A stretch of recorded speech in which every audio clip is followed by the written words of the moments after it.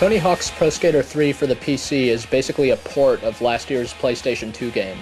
The series started back in 1999 and essentially revolutionized the extreme sports game genre. That's because the original Tony Hawk's Pro Skater basically transcended its material. It wasn't really a skateboarding game so much as it was just this incredible, original, open-ended action game that involved skateboards. You don't need to know the first thing about skateboarding to play and appreciate and love Tony Hawk's Pro Skater. That game spawned 2 sequels which were fairly similar to the original, but they've all made important gameplay changes and just generally looked a lot better and had much more interesting levels. The gameplay of Tony Hawk 3 is amazing. As mentioned, it's basically an action game. Basically, the gameplay is all about pulling off massive trick combinations by combining lots of different trick types all into a continuous string. Individual tricks are really easy to perform, but linking them is another story, and keeping your balance during some of the balancing tricks it gets harder and harder the longer your combo goes on.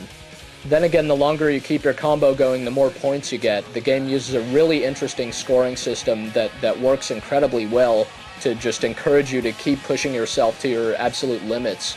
It's just based on a principle of multipliers and diminishing returns, so the more different types of tricks you throw together, the higher the score you're going to get. Then again, the longer your trick goes on, the more difficult it is to balance, so you might bail and lose all the points you could have gotten.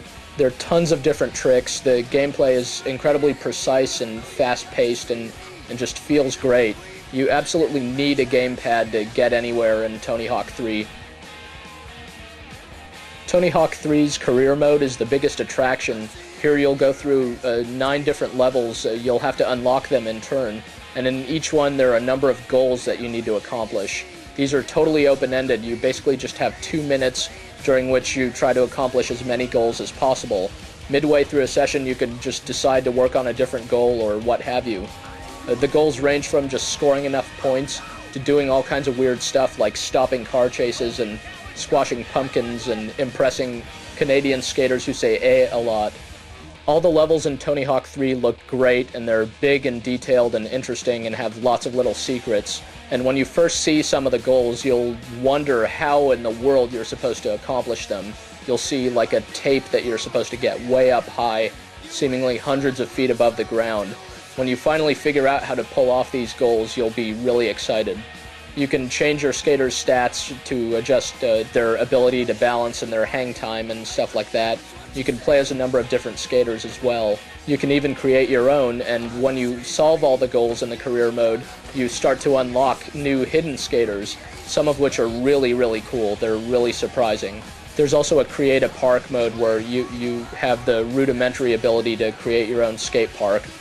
In addition to the career mode, there's also a free skate mode where you can just go into a level and do whatever. There's some other levels that are available in the free skate mode that aren't part of the career.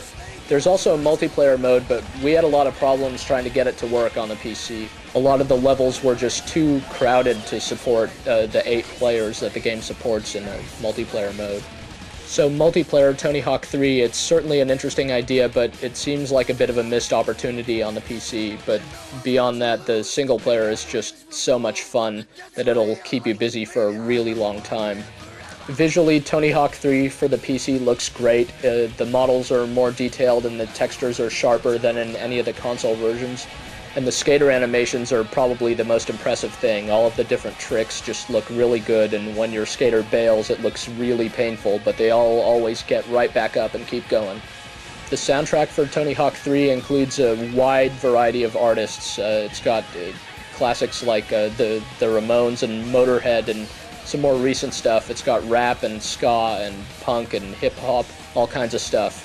The actual skateboarding sounds are pretty much perfect, and there's actually a lot of really hilarious speech clips in the game for when you hassle different passers-by and so on in the various levels. But while it looks and sounds great, really the best thing about Tony Hawk 3 is just how it plays. It plays pretty much unlike anything else out there, except for some of the token rip-offs that have been inspired by it over the years. It's really easy to pick up and play, and the gameplay in general is just the perfect combination of simplicity and depth. You could become infinitely good at this game, seemingly. It's like trying to learn how to play a musical instrument. You could get good or you could get really, really good, and stays interesting and stays fun for a very long time.